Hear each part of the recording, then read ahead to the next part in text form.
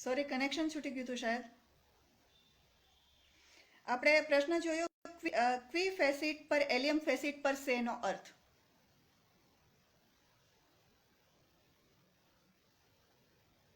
Have you notification?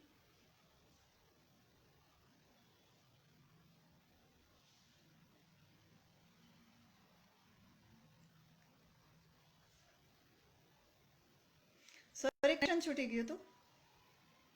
આપણે જોઈ રહ્યા હતા પ્રશ્ન 87, ક્વી ફેસિટ પર એલિયમ ફેસિટ પર સેનો અર્થ. બરાબર છે. એમાં ઓપ્શન એ આપેલું છે, એક કારભારી મારફતિયા આડતિયાનું કૃત્ય એ સંસ્થાના માલિકનું કૃત્ય છે. ઓપ્શન બી, એક કારભારી મારફતિયા આડતિયાનું કૃત્ય એ સંસ્થાના માલિકનું કૃત્ય નથી. ઓપ્શન સી, સંસ્થાના માલિક અને કારભારી મારફતિયા આડતિયા સંયુક્ત રીતે જવાબદાર છે. અને ઓપ્શન ડી, એજન્ટે સંસ્થાના માલિકના હિત વિરુદ્ધનું કાર્ય ન જ કરવું જોઈએ. બરાબર. તો આ માટે તમે અપકૃતિના કાયદાની પાછી સી જમનાદાસની બુકમાં પાના નંબર 196 પર જાશો તો ત્યાં તમને આ મેક્સિમ મળી જશે. અને એનો સીધો જવાબ છે કે જે કોઈ બીજા દ્વારા કાર્ય કરે છે તે એ પોતે જ કરે છે. બરાબર છે. અને આનો સાચો જવાબ છે ઓપ્શન એ. બરાબર. તો આ બીજી એક મેક્સિમ તમને ત્યાંથી જ મળે છે, એ હું બતાડું છું. હજી એક ત્રીજી મેક્સિમ બી જોઈ રહીએ, એ બી ત્યાંથી જ તમને મળી છે. 2015માં AIB 8 સેટ એમાં પૂછાયેલો પ્રશ્ન છે. પ્રશ્ન છે 57, ડી મિનિમસ નોન કુરાટ લેક્સનો અર્થ. બરાબર. તો આમાં બી ઓપ્શન બી સાચું છે કે ક્ષુલ્લક કૃત્યોથી ગુનો બનતો નથી. આ વસ્તુ બી અપકૃત્યના કાયદાની ટેક્સમાં પાના નંબર 196 પર જે મેક્સિમ આપેલી છે એમાંથી જ તમને મળી જશે કે કાનૂન ક્ષુલ્લક બાબતો ધ્યાનમાં લેતો નથી. બરાબર છે. તો આ એક ખાસ મેં તમને એટલે બતાવ્યું કેમ કે મેક્સિમને લઈને આપણે વધારે પહેલા ચર્ચા નહોતી થઈ, તો મને લાગ્યું કે મેક્સિમને લઈને બીજા એવા પ્રશ્નપત્ર છે જે આપણે અહીંયા નથી લીધા એમાં બી આપણે જોઈ લઈએ, એટલે એટલા માટે આ મેં લીધું હતું. બરાબર.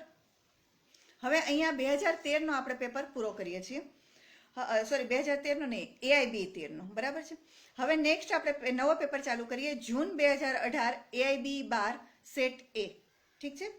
હવે આમાં આપણે જોઈએ તો શોધવા મુશ્કેલ હોય એવા પ્રશ્નો કે જે તમને શોધવામાં તકલીફ પડે એમ હોય. જૂન 2018 AIB 12 સેટ એ. બરાબર છે. પ્રશ્ન છે 6, સુરક્ષિત કામદાર કોણ છે. હવે કામદાર વિશેની વાત છે એટલે તમને જનરલ અંદાજ આવે કે ભાઈ મજૂર કાયદો ભાગ 1માં આપણને આ મળશે. અને આના માટે આપણે સી જમનાદાસની બુક લેવાની છે, આપણે વાત કરેલી મજૂર કાયદા માટે. બરાબર. હવે બુકમાં રક્ષિત કામદાર ઉલ્લેખ હોય અને આમાં સુરક્ષિત કામદાર શબ્દ વાપરેલો છે, તો એમાં બી આપણને એમ થઈ જાય કે ચલો ને, રક્ષિત કામદાર ને સુરક્ષિત કામદાર એક હોય, આમ તો સમજાઈ જવા જેવી વાત છે. પણ આ વસ્તુઓ તમે શોધશો ક્યાં? કેમ કે મજૂર કાયદામાં એ તમે અલગ બતાવેલું નથી. જેમ આપણે પહેલા વાત કરેલી કે ઇન્ડેક્સમાં ઉલ્લેખ ન હોય તો એને ક્યાં કઈ રીતે શોધવાનું.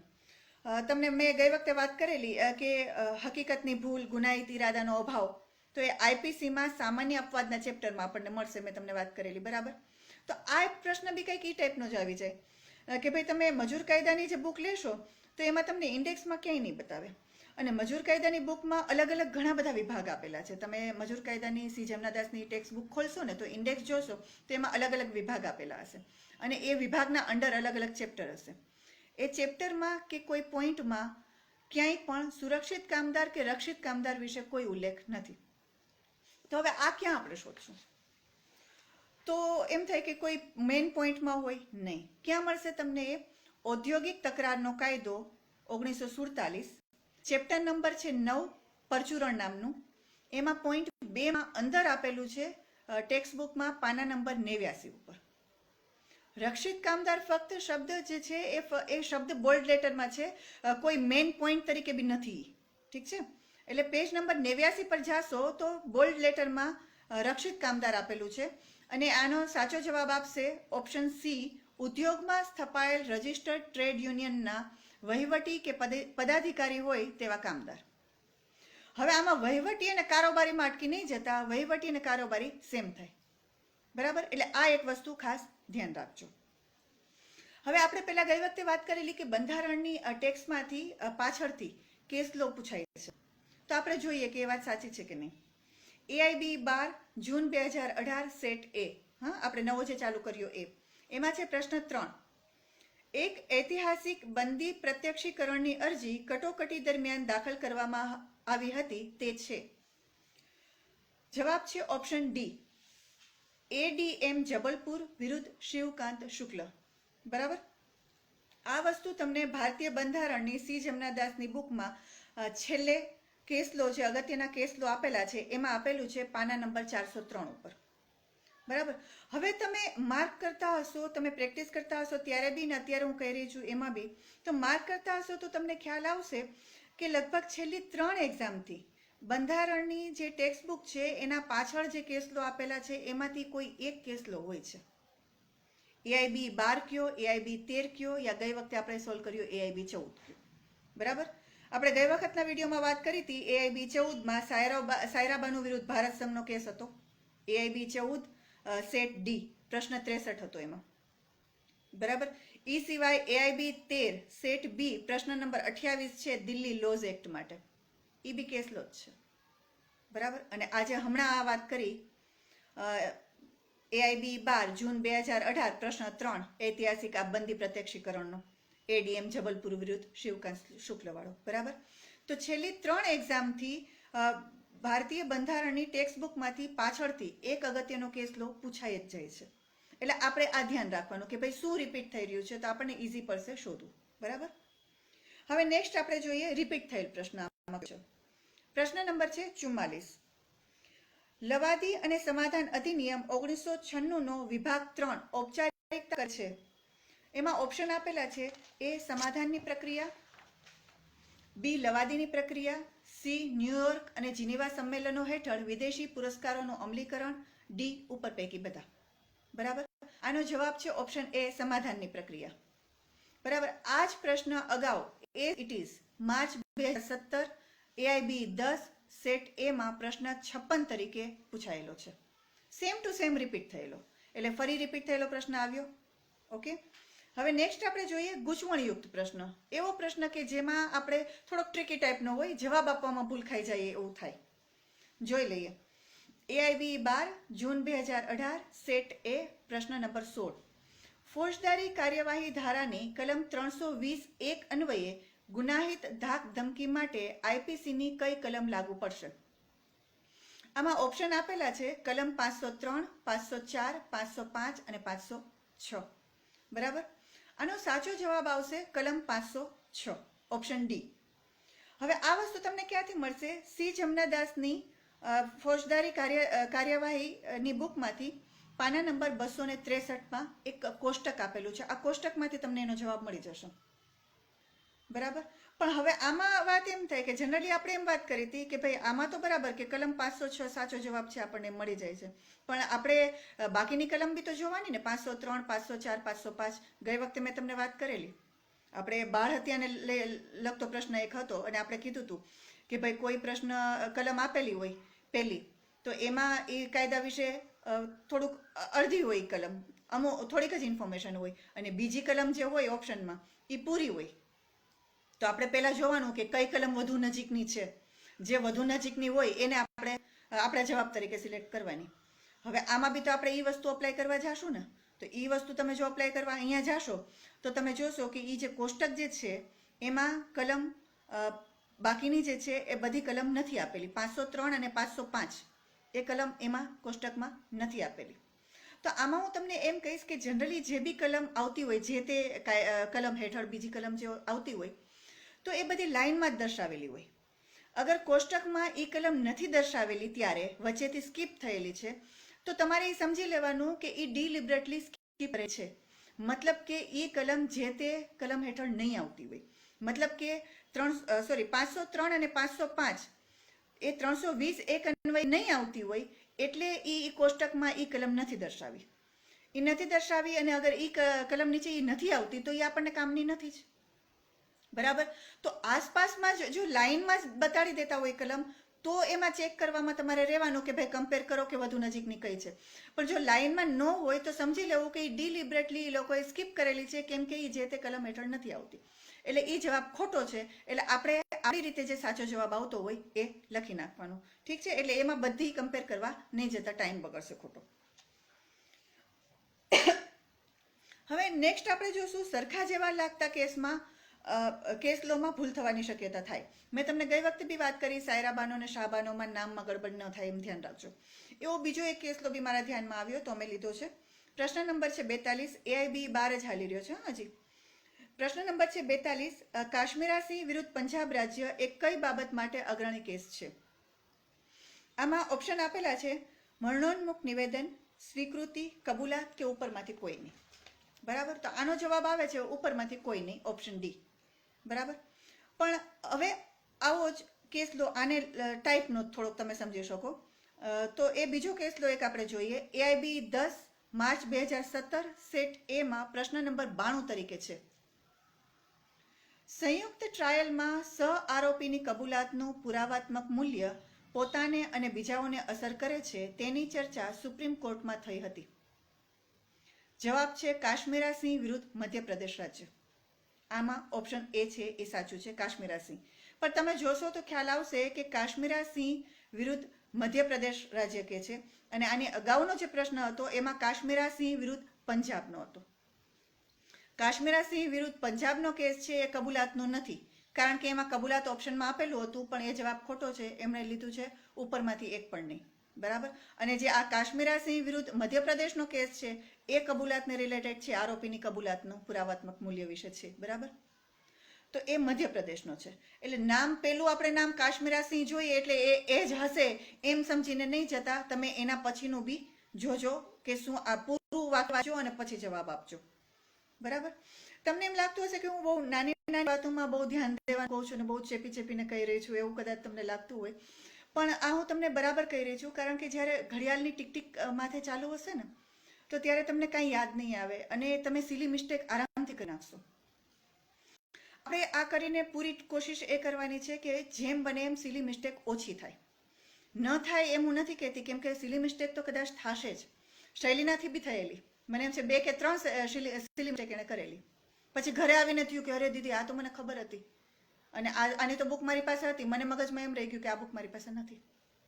એકદમ સિલી મિસ્ટેક, કેમ કે આગળના ભાગમાં છે કે મને જવાબ મળી જાત પણ મારાથી નહીં, મને યાદ જ નહીં આવ્યું કે આ બુક મારી પાસે હતી. એટલે સિલી મિસ્ટેક તમારી થઈ જાય જ્યારે તમારે ટાઈમનો અભાવ હોય. આપણે કોશિશ કરવાની છે કે ઓછામાં ઓછી આપણે મિસ્ટેક કરીએ. બરાબર, એટલે સારી વાત છે. એટલે ખાસ તમે આ બધું એકદમ ધ્યાન રાખતા હશો ને તો સિલી મિસ્ટેક ઓછી જ થશે, હું માનું છું. ઠીક છે, હવે આ પ્રશ્ન પેપર અહીંયા પૂરો થયો. હવે નેક્સ્ટ આપણે લઈએ એઆઈબી 11 ડિસેમ્બર 2017 સેટ એ. હવે આમાં હું તમને કે મને ઇંગ્લિશમાં જ પેપર મળ્યો છે, ગુજરાતીમાં નથી મળ્યો. મેં તમને કીધું કે ભાઈ પેપર શોધવા આગ્રહ પડી રહ્યા છે, પણ કેમ કે મારે તમારા માટે આ લાઇનમાં જ લેવું હતું એટલે મારે એઆઈબી 11 લેવું જ હતું અમને. અને શૈલીનાએ તો ઇંગ્લિશમાં આપણે ત્યારે સોલ્વ કરેલો છે. બરાબર, તો અમને એમ લાગ્યું કે આપણે આ પેપર લઈએ, તમારા માટે ઇમ્પોર્ટન્ટ છે લેવું, એટલે અમે લીધું છે. પણ એમાં એક નહીં રહેશે કે જે ભાષાંતરને લગતી અગર કાંઈ ભૂલ હશે, કેમ કે એમાં બીસીઆઈનું જે પ્રિન્ટ હશે એમાં શું ગુજરાતી કરેલું હશે એ તો મને ખબર નથી, તો એ ભાષાંતરને લગતી કાંઈ ભૂલ હશે તો એ આપણને નહીં ખબર પડે, પણ પ્રશ્નો શું છે એ તો આપણે જોઈ જ શકશું. બરાબર છે, તો આપણે આમાં પ્રશ્ન જોઈએ. હવે પહેલા એક પ્રશ્ન લીધો છે મેં કે કલમમાં ભૂલ થવાની સંભાવના હોય એવા પ્રશ્નો. એમાં છે પ્રશ્ન 43, એઆઈબી 11 ડિસેમ્બર 2017 સેટ એ પ્રશ્ન 43. બરાબર, આમાં ખાસ જોજો, ઔદ્યોગિક તકરારનો કાયદો 1947 માં 2Q હેઠળ શેની વ્યાખ્યા આપેલી છે? બરાબર, ઓપ્શન સી જે છે આમાં એ સાચો છે, હડતાલ. હડતાલની વ્યાખ્યા આપેલી છે. હવે સી જમનાદાસની મજૂર કાયદો ભાગ 1 ઈ બુકમાં તમે પાના નંબર 16 પર આનો સાચો જવાબ આપેલો છે કે 2Qમાં હડતાલની વ્યાખ્યા આપેલી છે. પણ તમે જો ત્યાં પહોંચશો ને તો તમને ખ્યાલ આવશે કે આનો ડાયરેક્ટ જવાબ એમાં નથી. બુકમાં તમે પાના નંબર 2 પર જાશો તો બધી જ વ્યાખ્યા આપેલી છે અને એમાં એ પણ આપેલું છે કે આની બધી જ વ્યાખ્યા કલમ 2 હેઠળ આવે છે. બધી જ વ્યાખ્યા, તાળાબંધી છે, સમાધાન છે, લે ઓફ છે, પછી આ હડતાલ છે, આ બધી જ કલમ 2 હેઠળ આવે છે. પણ 2 હેઠળ પેટા કલમ કઈ આવે છે એ સી જમનાદાસની બુકમાં દર્શાવેલું નથી. મતલબ એ 2A છે, 2B છે, 2C છે, એ સી જમનાદાસની બુકમાં નથી.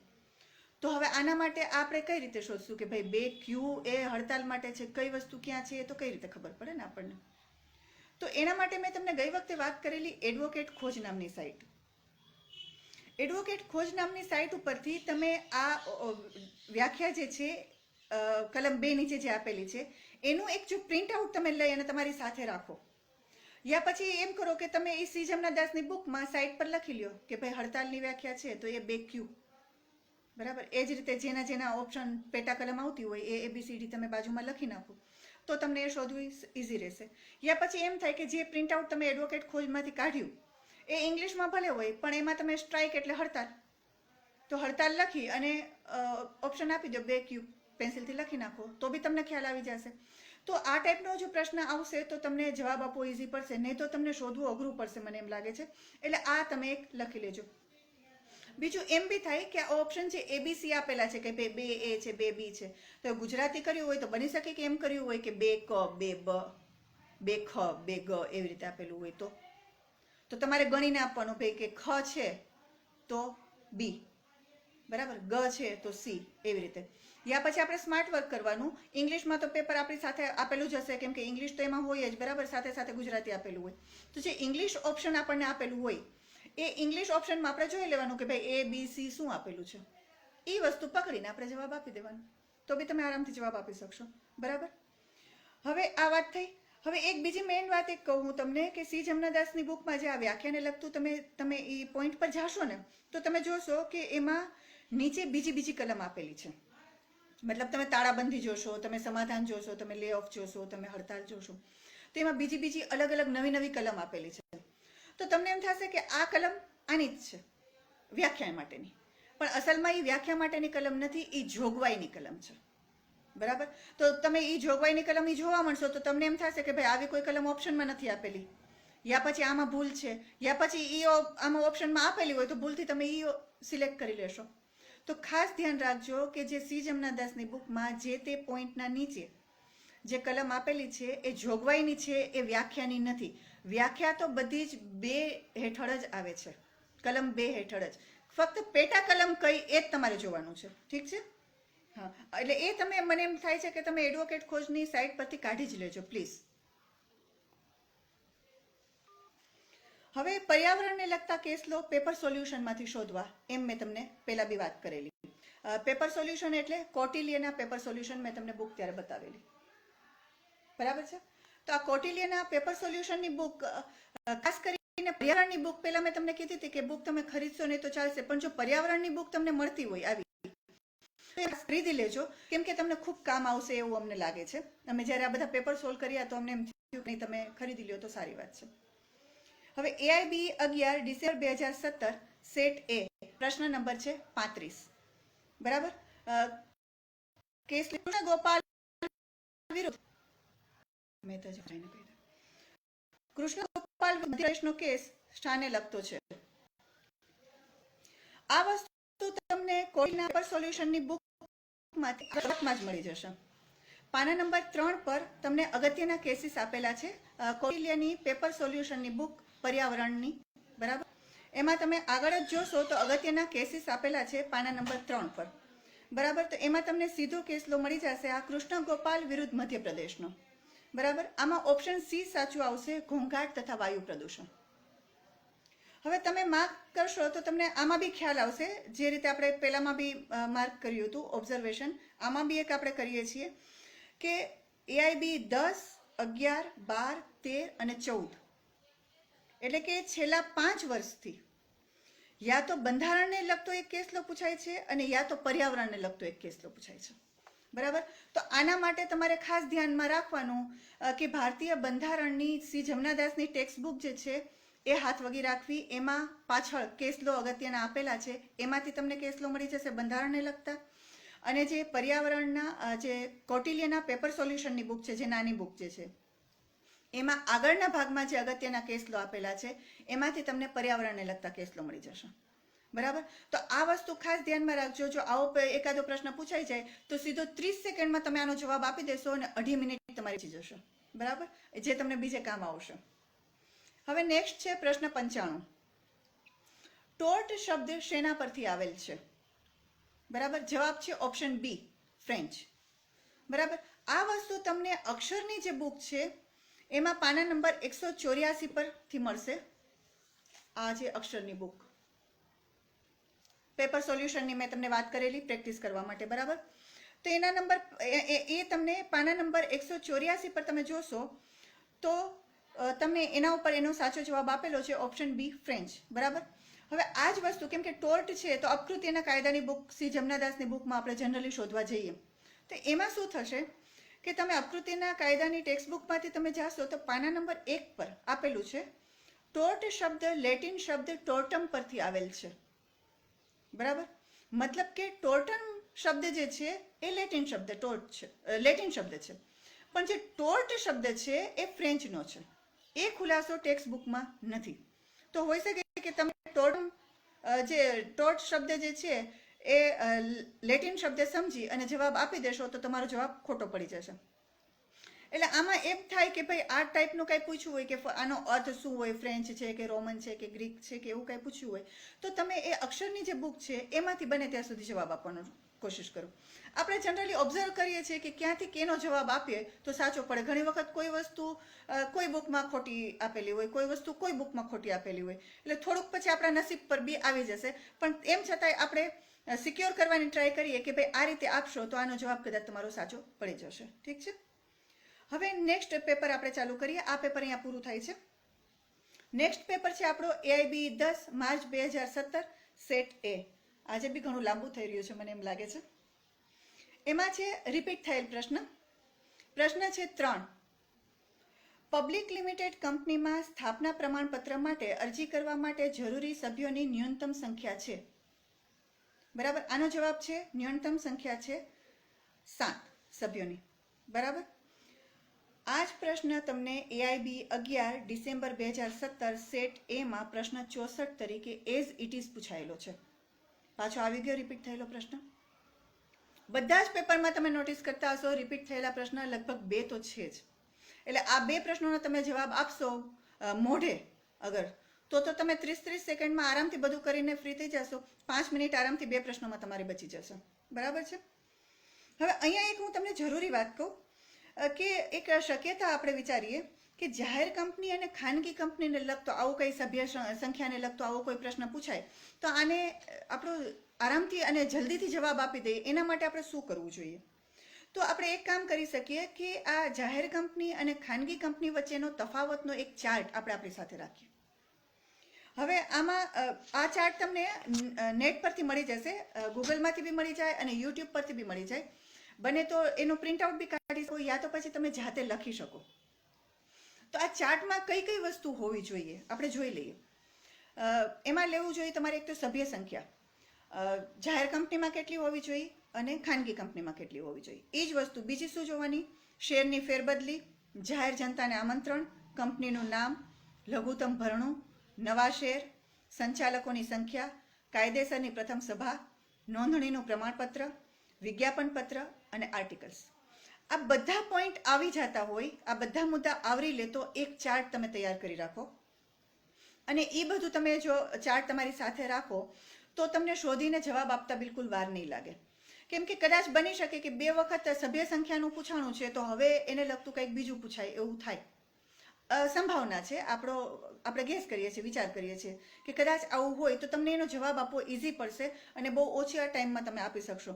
અને મને લાગે છે કે જે કોમર્સ સ્ટુડન્ટ હશે એ તો આરામથી આનો જવાબ મોઢે બી આપી દેશે, પણ એ સિવાયના હોય તો એ સાથે ચાર્ટ રાખે, બરાબર?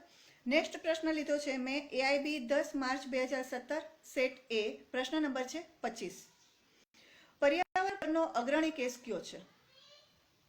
ઓપ્શન એ MC મહેતા વિરુદ્ધ ભારત સંઘ, બરાબર? હવે આ વસ્તુ તમને કૌટિલ્યમાં અગત્યના કેસ લોમાં ઇન્ડેક્સમાં જ મળી જશે. એટલે ફરી પાછું હું તમને કહું છું, પર્યાવરણની કૌટિલ્યની પેપર સોલ્યુશનની બુક તમને કામ આવશે, તમે સાથે રાખજો ચોક્કસથી. એટલે પાછો જો કેસ લો પૂછાણો છે એઆઈબી 10માં, બરાબર? નેક્સ્ટ પ્રશ્ન છે પ્રશ્ન નંબર 83. ગુજરાતી અને ઇંગ્લિશમાં કલમમાં ફેરફાર હોય એવો પ્રશ્ન જોઈએ. પ્રશ્ન નંબર છે 83. ઇન્ડિયન એવિડન્સ એક્ટની કલમ 115 જોગવાઈ આપે છે કે લગ્ન વિચ્છેદ બાદ તેના બાળકને કાયદેસરનું ગણવું જોઈએ જો તે આટલા દિવસોમાં જન્મ્યું હોય. જવાબ છે ઓપ્શન સી 280 દિવસ, બરાબર? પણ આમાં વાત એમ છે કે જો ઇંગ્લિશમાં તમે આ કલમ પર ધ્યાન કરશો તો કલમ 112 આપેલી છે અને ગુજરાતીમાં આપેલી છે કલમ 115. તો આપણે આમાંથી સાચી કઈ લેશું? તો જેમ પહેલા આપણે સ્ટ્રેટેજી વાપરી હતી કે જનરલી ઇંગ્લિશ જેવું હોય એ આપણે સાચી ગણીને હાલવાનું, બરાબર. તો પહેલા આપણે એમ કરવાનું કે ભાઈ ઇંગ્લિશની જોવાની કે ભાઈ કલમ 112માં આપણને જોઈતું મળી જાય છે. અગર હા મળી જાય છે તો આપણે 115 ચેક કરવા નથી જવાનું, બરાબર. વખત સર તમને એમ ધ્યાન જ નથી કે ઇંગ્લિશમાં તમે જોયું જ નથી, તમે સીધું ગુજરાતીમાં જ જોવા માંડ્યા.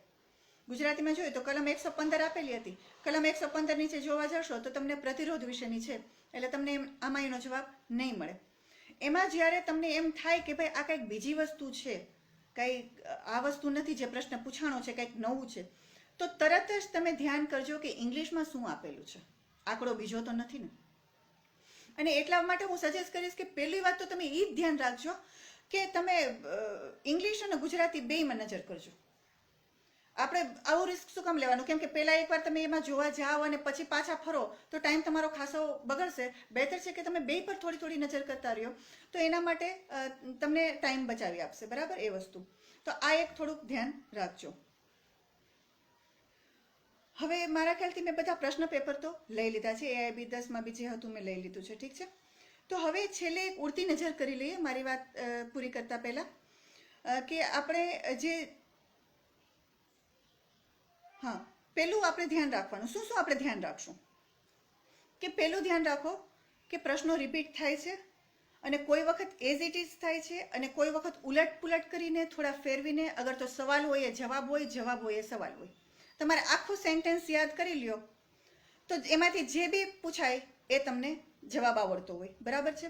એટલે પ્રશ્નો રિપીટ થાય છે.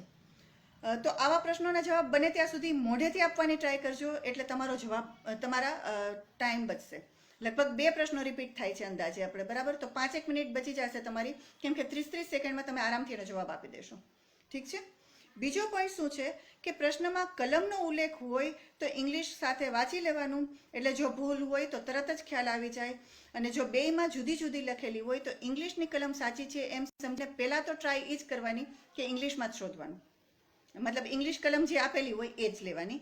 પછી ઇંગ્લિશમાં જવાબ ન મળે તો જ તમારે ગુજરાતી જોવા જવાનું, નહીં તો પછી ઇંગ્લિશની કલમ સાચી પકડીને હાલો, એટલે તમારે રિપીટેશન ઓછું થશે, ઠીક છે. ત્રીજો પોઈન્ટ એ ધ્યાનમાં રાખવાનો કે બંધારણ અને પર્યાવરણને લગતા કેસ લો છેલ્લી 5 એક્ઝામથી લગભગ પૂછાય જ છે, બરાબર. તો આમાં તમારે સી જમનાદાસની બંધારણની બુકમાં પાછળ જે કેસ લો આપેલા છે એ અને પર્યાવરણની કૌટિલ્યના પેપર સોલ્યુશનની બુકમાં આગળ અગત્યના કેસીસ આપેલા છે એ તમારે ધ્યાનમાં રાખવાનું. આમાં સાથે હું એક વાત એ બી કહી દઉં કે આ તમે પ્રેક્ટિસ કરતા હો ને ત્યારે બંધારણની બુકમાં પાછળ આપેલા છે એ કેસ અને પર્યાવરણની બુકમાં આગળ આપેલા છે એ કેસ એકવાર વાંચી લેજો, એટલે તમને ખ્યાલ આવશે કે ભાઈ પર્યાવરણમાં આ ટાઈપનો કેસ મેં વાંચેલો છે, બંધારણમાં આ ટાઈપનો કેસ મેં વાંચેલો છે. તો જ્યારે તમે એ ઓપ્શનમાં બતાવે ને તો તમને ખોટા પાડવા માટે તરત ખ્યાલ આવી જાય કે નહીં આ તો પર્યાવરણનો છે, હા તો આ તો મને ત્યાં જ મળી જશે. તો તમને ફેમિલિયર લાગશે ને તો તમને શોધવો ઇઝી રહેશે, એટલે એ વસ્તુ ખાસ ધ્યાન રાખજો, ઠીક છે. નેક્સ્ટ તમારે ધ્યાન રાખવાનું છે કે આ એક અમારું ઓબ્ઝર્વેશન છે કે પુરાવાના કાયદામાંથી સાક્ષીને લગતા લગભગ 2 પ્રશ્નો અવારનવાર પૂછાઈ જાય છે. તો આપણે પુરાવાના કાયદા માટે સી જમનાદાસની બુક લેવાની છે, આપણે એમ વાત કરી. તો આ બુકમાં વિભાગ 3 પુરાવાની રજૂઆત આપેલું છે, પુરાવાની રજૂઆત અને તેની અસર. એમાં પોઈન્ટ 3 આપેલો છે સાક્ષીઓની સક્ષમતા, પોઈન્ટ 4 છે સાક્ષીઓને ફરજ પાડી શકાય, પોઈન્ટ 5 છે સાક્ષીઓની તપાસ અંગેના પ્રબંધો. આ બધી જ વસ્તુ પાના નંબર 138 થી 153 ઉપર આપેલી છે સી જમનાદાસની પુરાવાના કાયદાની બુકમાં. તો એમાંથી પ્રશ્નો પૂછાય છે ઘણી વખત, તો મને એમ થાય છે કે એના ઉપર તમે થોડાક નજર રાખતા રહેજો, આપ બને ત્યાં સુધી થોડુંક વાંચતા રહેજો એમાં. તો એમાંથી અગર કાંઈ પ્રશ્ન પૂછાશે તો તમે એનો જવાબ શોધવા માટે સીધા એ પેજ પર પહોંચી શકશો, બરાબર. એટલે આ એક ખાસ ધ્યાન રાખો, કેમ કે સાક્ષીને લગતા પ્રશ્નો તો કાયમ પૂછાય છે, તમે બી સોલ્વ કરતા હશો તો તમારા ધ્યાનમાં આવતું જ હશે મારા ખ્યાલથી, બરાબર. નેક્સ્ટ મેં તમને જેમ વાત કરી શબ્દોના અર્થને લગતા પ્રશ્નો હોય કે ભાઈ જર્મન છે કે ફ્રેન્ચ છે કે ગ્રીક છે કે લેટિન છે, એવા જો હોય તો બને ત્યાં સુધી અક્ષરના પેપર સોલ્યુશનની બુકમાંથી જવાબ આપવાની કોશિશ કરજો. નેક્સ્ટ છે અપકૃતિના કાયદાની સી જમનાદાસની બુકમાં પાછળ 196માં પેજ પર મેક્સિમ આપેલી છે અને 197માં પેજથી કેસ લો આપેલા છે અગત્યના, એમાં બી બરાબર. તો આ વસ્તુ બી ખાસ ધ્યાન રાખજો. એટલે મેક્સિમ કે એવો કોઈ બી પ્રશ્ન પૂછાય તો તમે સીધા ત્યાં જ જતા રહેજો. નેક્સ્ટ છે કંપની ધારામાં જાહેર કંપની અને ખાનગી કંપનીના તફાવતનો એક ચાર્ટ સાથે રાખવો, જે મેં તમને વાત કરી. તો જો પૂછાય તો તમે આરામથી એનો જવાબ આપી શકો. અને કોમર્સ સ્ટુડન્ટ મોઢે આપી શકે. કોમર્સ સિવાયના સ્ટુડન્ટ હોય તો એ મોઢે આપવાની ટ્રાય ન કરવી હોય તો કાંઈ વાંધો નહીં, ચાર્ટ સાથે રાખજો. કારણ કે સભ્ય સંખ્યામાં ને એમાં આપણે ભૂલ કરી નાખીએ એવું બની શકે. તો એ જોઈને પણ ચાર્ટ સાથે હશે તો 30 સેકન્ડમાં તમે જવાબ આપી શકશો. ઠીક છે. નેક્સ્ટ છે અમારા ધારવા પ્રમાણે AIB 13 અને AIB 14, એટલે કે અગાઉના બે પેપર, એટલે કે 2019નો પેપર અને ડિસેમ્બર 2018નો પેપર, બંને ખૂબ જ ઇમ્પોર્ટન્ટ છે. તો બની શકે તો 2 વખત સોલ્વ કરવા. એટલે જે કાંઈ બી તમે ઓપ્શનમાં કાઢ્યું હોય તો એ બી તમે ક્લિયર કરી નાખો અને એનો જવાબ બી તમને ખબર પડી જાય. તો કોઈ પ્રશ્ન રિપીટ થાય તો તમને એનો જવાબ મોઢે આવડતો હોય. એક ખૂબ જરૂરી વાત જે મેં પહેલાં તમને નથી કરી, કે અગર કોઈ પ્રશ્ન વધારે પડતો લાંબો હોય તો એને વાંચવામાં વધારે ટાઈમ વેસ્ટ ન કરવો. બને ત્યાં સુધી પ્રેમથી સ્કીપ કરી દેજો. ઘણી વખત મોટા ભાગે આમ તો આપણે જોયું અમે કે બધા જ પેપરમાં 2 થી 3 પ્રશ્નો એવા હોય છે કે જે પ્રશ્નો જ બહુ લાંબા હોય, પ્રશ્ન બી લાંબો હોય અને એના ઓપ્શન બી નાના નાના પેરેગ્રાફ જેટલા હોય. તો એમાં એવું થશે કે તમે પેલો ઓપ્શન વાંચશો, ઓપ્શન A, પછી બીજું વાંચશો ત્યાં ઓપ્શન A તમે ભૂલી ગયા હશો કે શું છે, અને C વાંચશો ત્યાં સુધીમાં તમને ખ્યાલ નહીં આવે કે આમાં તફાવત શું છે. તો કમ્પેરિઝન કરવા માટે બી ખાસો ટાઈમ તમારો વયો જશે. બરાબર. તો બને ત્યાં સુધી ટ્રાય કરજો. તો એવું બને કે ભાઈ તમે ફેમિલિયર ન હોય એ પ્રશ્ન સાથે અને વધારે પડતો લાંબો પ્રશ્ન હોય તો પ્રેમથી સ્કીપ કરી દેજો અને આગળ નીકળી જજો. ઠીક છે. બહુ ટાઈમ કન્ઝ્યુમ કરી લેશે અને ખોટો ટાઈમ બગડશે તમારો. અને નેક્સ્ટ હું પાછી એ જ વાત દોહરાવીશ કે સિલી મિસ્ટેક બને એટલી ઓછી થાય એ માટે પ્રયત્ન કરજો. નહીં થાય એવું નહીં થાય, થશે તો ખરી, પણ આપણે કોશિશ કરશું કે બને એટલી ઓછી કરીએ. અને આગલા દિવસે એક પેપર જરૂરથી સોલ્વ કરજો. મેં તમને ગઈ વખતે બી વાત કરી હતી, આજે બી કહું છું, બધું તાજું રહેશે. ઓલું શું થશે, આપણે કેમ બાષ્પીભવન થઈ જાય એમ બાષ્પીભવન થઈ ગયું હશે. એટલે એમ ન થાય એના માટે ખાસ ધ્યાન રાખજો કે આગલા દિવસે એક આખો પેપર 2.5 કલાકનો ટાઈમ કાઢીને એક આખો પેપર સોલ્વ કરજો. ઠીક છે. અને મેઇન પોઈન્ટ મારા કહેવાના પૂરા થઈ ગયા. હવે આ સિવાય તમારે અગર જો 2016નો પેપર સોલ્વ કરવો હોય તો કોઈથી થતો હોય તો એ કરે, કોઈ પ્રોબ્લેમ નથી. પણ હું સજેસ્ટ નથી કરતી. બને તો એ સ્કીપ કરવો હોય તો સ્કીપ કરી દેજો. કારણ કે ઘણીવાર એમ થાય કે આપણે વધુ પડતું ટફ કરવા જઈએ તો એક વખત નેગેટિવિટી આપણા મગજમાં આવી જાય કે ભાઈ આ તો નથી થતું, આ થોડીને મારાથી થશે, એમ જોઈને તમે મૂકી દેશો અને બીજા જે તમે કરી શકો એવા હશો એ બી જતા રહેશે. તો બને ત્યાં સુધી 2016નો જો ન થતો હોય તો નહીં કરતા. નજર કરજો. તમને એમ લાગે કે ભાઈ મને કોન્ફિડન્સ આવી રહ્યો છે અને મારે સોલ્વ કરવો છે તો ટ્રાય કરજો, નો પ્રોબ્લેમ. અને નહીં તો પછી સ્કીપ. હવે મારા ખ્યાલથી બધી ઇન્ફોર્મેશન અમે તમને આપી દીધી છે અને અમે પૂરી કોશિશ કરી છે કે તમારા સુધી અમે સાચી અને પૂરી માહિતી પહોંચાડીએ. પણ તમે જોતા હશો કે આ એક અમારો અંદાજ છે, એક જનરલાઇઝેશન. આ બની શકે કે એ પ્રમાણે ન થાય.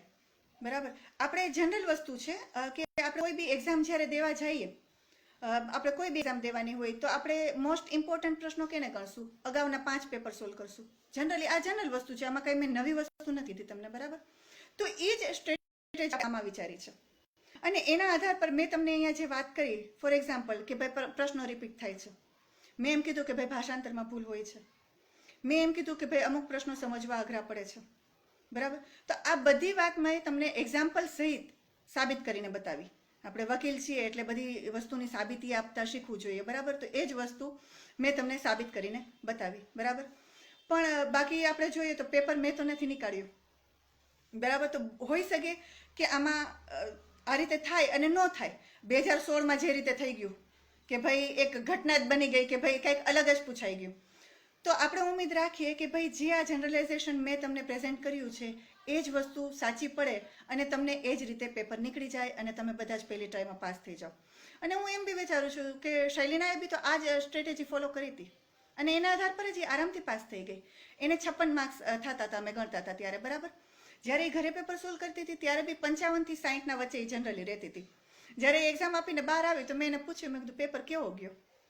તો કે ઘરે જવું જાય છે ને એવું. મતલબ કે 55 થી 60ના વચ્ચે હશે. ઘરે આવીને માર્ક્સ અમે ગણ્યા તો 56 માર્ક્સ થતા હતા.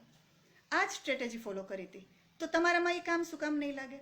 100% લાગશે. હું ઉમ્મીદ રાખું છું કે 100% આ વસ્તુ તમને કામ આવશે. હા, થોડીક મહેનત તમારે કરવી પડશે. હવે જો કે વધારે ટાઈમ નથી, 12-14 દિવસ જ તો છે.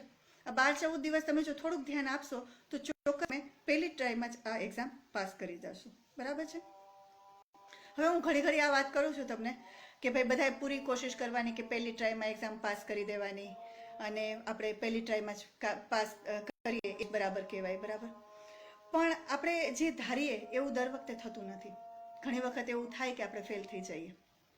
અત્યારે બી ઘણા એવા હશે કે જે સેકન્ડ ટ્રાય આપતા હશે, થર્ડ ટ્રાય આપતા હશે, એવા બી આમાં હશે. તો એના માટે હું કહીશ કે એક વાત ખાસ યાદ રાખવાની કે ફેલિયર અને સક્સેસ એ આપણી જિંદગીનો એક હિસ્સો છે. આપણે બીજું કાંઈ કરીએ, બીજા કોઈને માફ કરીએ એના પહેલાં આપણે આપણી જાતને માફ કરતા શીખવું પડશે. કાંઈ બી થયું, આપણે આપણી જાતને માફી આપી દો, આપણે આપણી જાતને માફ કરી દો અને આગળ વધો. ફરી તૈયારી કરો અને ફરી એક્ઝામ આપો. કેમ કે તમે આ વસ્તુ પર પાછળ અફસોસ કરતા રહેશો તો તમે અપસેટ થશો, ડિપ્રેસ થશો અને આપણે આપણી જાતને જ નુકસાન પહોંચાડશું. તો આપણે એવું શું કામ કરવું જોઈએ? એટલે આપણે આપણી જાતને માફ કરતા પહેલાં શીખવું જોઈએ. બરાબર છે.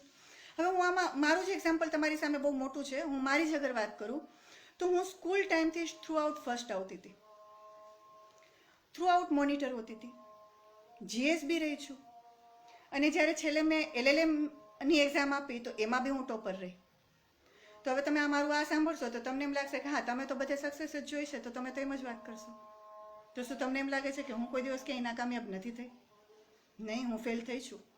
અને એકવાર નહીં, ઘણી વખત મેં પૂરી તૈયારી કરી હોય, એકદમ હું લેસન કરીને ગઈ હોઉં, એમ છતાં એવું બને કે હું ફેલ થઈ જાઉં. એમ છતાં એવું બને કે મને બહુ એવરેજ માર્ક્સ આવે, બહુ લિમિટેડ, પાસિંગ માર્ક્સ જેટલા. નિરાશા થાય આપણને ઘણી વખત. અને ઘણી વખત એવું બી થયું કે હું થોડીક બેદરકાર રહી કે ભાઈ ઠીક છે ને, થઈ જશે, નથી, કંટાળો આવે છે લેસન કરવાનો, થઈ જશું પાસ, નહીં વાંધો આવે. એમ કરીને હું એક્ઝામ આપવા ગઈ અને ફેલ થઈ. એમ બી થાય, અને એમ બી મારે થયું છે. પણ આ બધા મારા એક્સપિરિયન્સ પરથી મને એક વસ્તુ ખબર પડી, એક વસ્તુ હું શીખી શકી છું કે જ્યારે બી તમે એક્ઝામ આપવા જાઓ, ચાહે કોઈ બી હોય, નાનામાં નાની હોય ચાહે મોટામાં મોટી, પાસિંગ માર્ક્સની તૈયારી સાથે જ જાઓ. પાસિંગ માર્ક્સની તૈયારી કર્યા વગર કોઈ દિવસ એક્ઝામિનેશન હોલમાં પગ નહીં મૂકો. અને એમ છતાંય અગર ફેલ થઈ ગયા, બરાબર, તો પૂરા ઉત્સાહથી સેકન્ડ ટ્રાય આપી દો, કોઈ પણ જાતના અફસોસ કર્યા વગર. અહીંયા મને એક બે લાઈન યાદ આવે છે. ખ્વાબ ટૂટે હૈ મગર હૌસલે જિંદા હૈ, ખ્વાબ ટૂટે હૈ મગર હૌસલે જિંદા હૈ, હમ વો હૈ જહાં મુશ્કિલે શર્મિંદા હૈ. એટલે કોઈ દિવસ હાર નહીં માનવાની, કોઈ દિવસ હૌસલાને તૂટવા નહીં દેવાનો, પૂરી હિંમત રાખવાની, પાછળ ફરી ફરીને નહીં જોવાનું, આગળ જ વધવાનું છે અને આગળ જ ભવિષ્ય છે. ઠીક છે. એટલે એ વસ્તુ પર અફસોસ કર્યા વગર જેને બી સેકન્ડ કે થર્ડ ટ્રાય હોય એ બી પૂરા ઉત્સાહથી એક્ઝામ આપે, અને જેને પહેલી ટ્રાય હોય એ બી પૂરા ઉત્સાહથી એક્ઝામ આપે. હું પૂરી ઉમ્મીદ રાખું છું કે તમે બધા જ પાસ થઈ જશો. હવે હા, છેલ્લે મને તમારી સાથે એક મીઠી ફરિયાદ છે. તમે કહો તો કરી દો. ચલો ને, કરી દઉં છું. મેં જોયો કે ઘણા વકીલ મિત્રો વિડીયો જોવે છે, પસંદ બી કરે છે શાયદ, પણ એને લાઇક, કમેન્ટ અને શેર કરવામાં થોડી કંજૂસી કરે છે. તો હું તમને કહીશ કે તમે જોતા હશો કે અત્યારે બી આના પાછળ અમે ઘણી મહેનત કરી હશે કે આ બધા પ્રશ્નો શોધવામાં. હું ને શૈલીના લગભગ 12-13 દિવસથી એક ધારા, જ્યારથી અમે નક્કી કર્યું, વાત થઈ મારી પિન્ટુભાઈ સાથે, બરાબર, કે મારે આપવાનું છે આ વેબિનારમાં વક્તવ્ય, તો ત્યારથી અમે એક ધારા કામ કરી રહ્યા છીએ આના ઉપર કે કયા કયા પ્રશ્નો આપણે લેવા જોઈએ. મારા કરતાં વધારે ઉત્સાહ શૈલીનાને હતો કે દીદી જોજો, આ કહેતા ભૂલી નહીં જતી, ઓલું કહેતા ભૂલી નહીં જતી, આ બહુ ઇમ્પોર્ટન્ટ છે. તો અમે ખૂબ ઉત્સાહથી અને ખૂબ મહેનતથી આપણે કોઈ આ જાણકારી તૈયાર કરે તમારા માટે, ઇન્ફોર્મેશન, અને એ તમારા સુધી પહોંચાડે. અને આ હું ફક્ત મારા માટે નથી કહેતી. પહેલી વાત તો હું તમને એ કહી દઉં, અહીંયા જેટલા સિનિયર એડવોકેટ સાહેબ પોતાનું વક્તવ્ય આપે છે, હું એ બધા માટે કહું છું કે તમારા માટે પોતાનો ટાઈમ કાઢે છે, એ પોતાનો અનુભવ ખુલ્લા દિલથી આપણી સાથે શેર કરે છે. તો એટલીસ્ટ થેન્ક યુના હકદાર તો એ છે મારા ખ્યાલથી. બરાબર છે. તો આપણે એ થેન્ક યુ કરવામાં બિલકુલ કંજૂસી ન કરવી જોઈએ. જે લાઇક, કમેન્ટ અને શેર કરે છે એનાથી કોઈ વાત નથી, એના માટે થેન્ક યુ વેરી મચ દિલથી. પણ જે નથી કરતા એમને હું રિક્વેસ્ટ કરું છું કે પૂરા દિલથી તમે અમને લાઇક, કમેન્ટ અને શેર કરો, અને વધુ લોકો સુધી આ વસ્તુને પહોંચાડો તો અમને ખુશી થશે, અને અમને એમ લાગશે કે અમે સાચી દિશામાં છીએ અને અમારી વસ્તુ કોઈને કામ આવી, તો અમને અમારું કામ સફળ થયાનો, અમારી મહેનત સફળ થયાનો એક સંતોષ મળશે. તો એ સંતોષ અમારાથી નહીં ચિંતા તમે, અને એ સંતોષ અમને ચોક્કસથી તમે આપજો. કારણ કે ઘણીવાર એમ બી થાય ને કે પછી તમે લાઈક કમેન્ટ ને શેર ના કરો ને તો કોઈને એમ થાય કે હા એટલે જ આપણે ઇન્ફોર્મેશન બીજાને નથી આપતા, કે બધી ઇન્ફોર્મેશન લઈ લેશે પછી બદલામાં થેન્ક યુ બી નહીં કહે. તો આપણે એવું કહેવાનો મોકો કોઈને નહીં આપીએ, બરાબર. અને ખુલ્લા દિલથી લાઈક કમેન્ટ અને શેર કરતા જ રહેજો, અને વધુમાં વધુ લોકો સુધી આ વેબિનારને પહોંચાડજો. આ વિડીયો, એઆઈબીનો ગયો વિડીયો અને બીજા જે સિનિયર એડવોકેટ્સના જે વિડીયો આવ્યા છે એ બધા વિડીયો ખુલ્લા દિલથી શેર કરજો, બિલકુલ કંજૂસી નહીં કરતા. હવે સોરી, મને વાતો કરવાની બહુ આદત છે એટલે, પણ મને લાગે છે કે આજે આપણે ઘણી બધી વાતો કરી લીધી. તમે કહેશો કે અમે ક્યાં વાતો કરી છે, વાતો તો તમે કરતા હતા, અમે તો બિચારા બધું સાંભળતા હતા. પણ શું કરવું, અહીંયા તો મજબૂરી છે ને, મારે તમને ઇન્ફોર્મેશન આપવાની હતી એટલે મારે જ બોલવું પડે. પણ વક્તા તરીકે હું કેવી છું એ વાત તો તમે મને કહેશો, પણ શ્રોતા હું ખૂબ સારી છું, શૈલીના મને એમ કહે છે એના એક્સપિરિયન્સથી. તો કોઈ વખત મોકો મળે તો આપણે એમ બી કરીશું કે તમે બોલો ને હું સાંભળું, મને એ બી ગમશે, હું એ ટાઈમની બી રાહ જોઈશ ખૂબ આતુરતાથી. ઠીક છે. હવે હું તમારી સાથે પ્રોમિસ કરું છું કે એઆઈબી પાર્ટ 3 નહીં આવે, કારણ કે અમારી પાસે જે કાંઈ પણ હતું આને લગતું એ બધું અમે તમને આપી દીધું છે. હવે અમારી પાસે આને લગતી બીજી નવી કોઈ ઇન્ફોર્મેશન નથી. કારણ કે અગર જો હું આવું બી તો બી માની લો કે આ 5 પેપર મેં અત્યારે સોલ્વ કરીએ તો બીજા 5 પેપર સોલ્વ કરીશ, વાત તો એની જ રિપીટ થશે કે ભાઈ ભાષાંતરમાં ભૂલ છે, રિપીટ થાય છે, કેસ લોને લગતા આમાંથી મળશે, ઓલું આમાંથી મળશે, તો એ રિપીટેશનનો કાંઈ મતલબ નથી, બરાબર છે. તો આ 5 પેપર તમારા માટે બી ઇનફ છે અને આગળ આવશે એના માટે બી મારા ખ્યાલથી ઇનફ થશે. એટલે હવે એઆઈબી પાર્ટ 3 નહીં આવે. આમ બી અત્યારે તો હું આવી ગઈ છું ઉપરા ઉપરી 2 વખત વક્તા તરીકે, એટલે નજીકના ભવિષ્યમાં તો હવે હું પાછી નહીં આવું. પણ તમે એમ નહીં સમજતા કે કેમ કે મારી પાસે એઆઈબી નથી તો મારી પાસે બીજો કોઈ ટોપિક નથી ને હું વક્તા તરીકે નહીં આવું. ઠીક છે, ફિલહાલ હાલ નજીકમાં હું નહીં આવું, પણ જ્યારે બી મને મોકો મળશે એક ખૂબ સારો ટોપિક, એઆઈબી ટાઈપનો જ એક ખૂબ સારો ટોપિક મેં વિચારેલો છે, મારા માઇન્ડમાં જ છે, અને એ લઈ અને હું ચોક્કસ ફરી પાછી આવીશ તમારી સામે. અને એ બી આવો જ છે કે જેના માટે સ્ટુડન્ટને આપણે કહીએ ને ફાફા મારવા પડે છે ઇન્ફોર્મેશન શોધવા માટે, અને એનું બી તલસ્પર્શી નોલેજ અમારી પાસે છે. એ સિવાય બી બીજા ટોપિક છે, પણ એક ટોપિક ખાસ મારી પાસે છે, હું ચોક્કસ તમારી સાથે શેર કરીશ. હું બિલકુલ નહીં અચકાવું તમને કોઈ બી ઇન્ફોર્મેશન આપવા માટે, ઠીક છે. પણ અત્યારે હું એ ટોપિક કયો છે એવું નહીં કહું, એટલે એ નહીં પૂછતા આવે, ઠીક છે. હવે અંતમાં ફરી એકવાર મને વકીલ મિત્રની ઓળખ આપવા માટે પિન્ટુભાઈ તમારો ખૂબ ખૂબ આભાર, અને આ સાથે તમામ વક્તાઓ અને દર્શકોનો આભાર માનું છું કે એમણે આ વેબિનારને આટલો સફળ બનાવ્યો, અને ભવિષ્યમાં પણ તમારા તરફથી આ જ પ્રેમ અને સહકાર મને મળતા રહેશે એવી હું ઉમ્મીદ રાખું છું. હવે જતાં પહેલાં એક જાહેરાત કરી દઉં. આવતા રવિવારે એટલે કે તારીખ 17/1/2021ના રોજ મોરબી જિલ્લાના મુખ્ય સરકારી વકીલ ડીજીપી સાહેબ શ્રી વિજયભાઈ જાની એટ્રોસિટી એક્ટ વિષય ઉપર પોતાના અનુભવોના નિચોડ સમૂહ મહામૂલું વક્તવ્ય આપશે. તો તેમને પણ આવતા રવિવારે આ વેબિનારની આગલી શ્રેણીમાં અચૂકપણે નિહાળવા હું આપ સૌને આગ્રહભરી વિનંતી કરું છું. Thank you very much and good bye.